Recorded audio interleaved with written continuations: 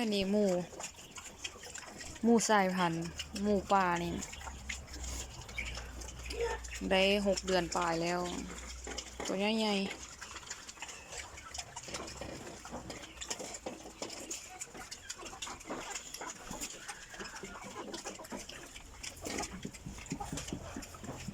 เลี้ยงง่ายเด้อหมูนี่เด้อมีหยังกินหมดยังแต่5 ตัวนี่เด้อถ้าอยากได้มาเบิ่งเด้ออด